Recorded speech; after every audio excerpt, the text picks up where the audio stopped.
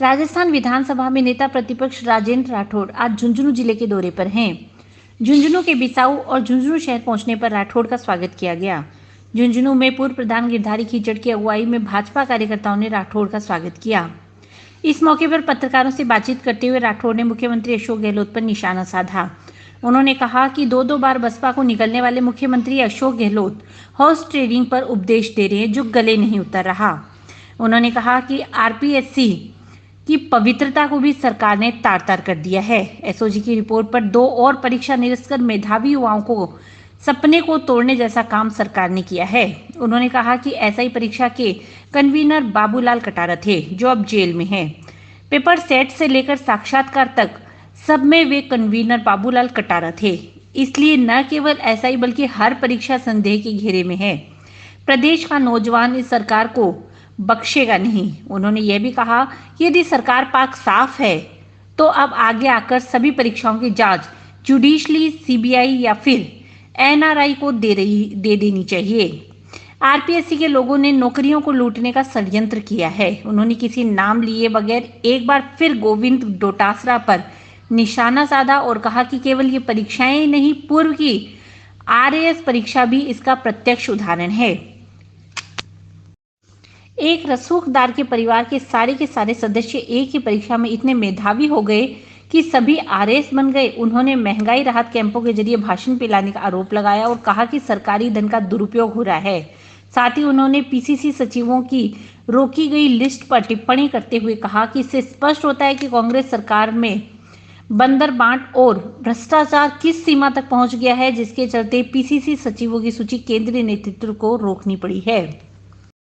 उल्टे बांस बरेली के, ये कहावत चरितार्थ होती है प्रदेश के मुख्यमंत्री जी के उस वक्तव्य पर जो कल उन्होंने विधायकों की एक बैठक में कहा और हॉर्स ट्रेडिंग की बात की।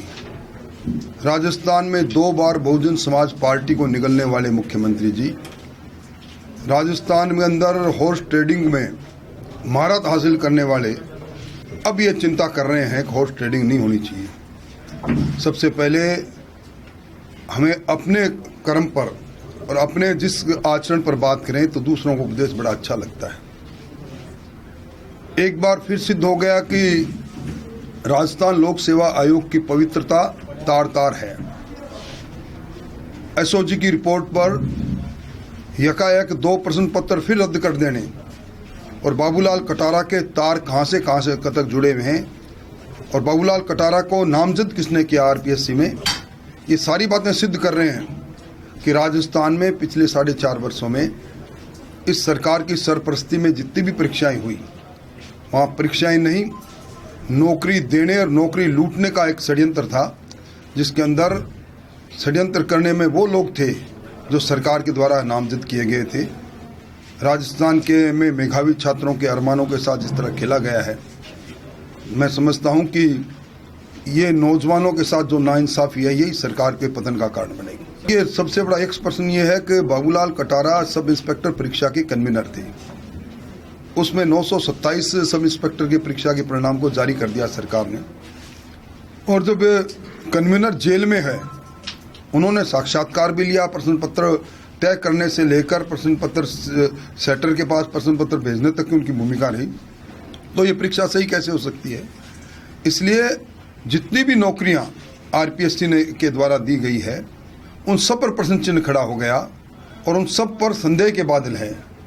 रसूखदार लोगों के परिवार में एक परिवार में एक ही परीक्षा में साक्षात्कार के अंदर 80-90% नंबर लेकर और जिस प्रकार आरएएस की भर्ती हुई है, एक ही परिवार में सारे आरएएस एक साथ यकाक इतने मेधावी हो गए कि आरएएस बन जाए।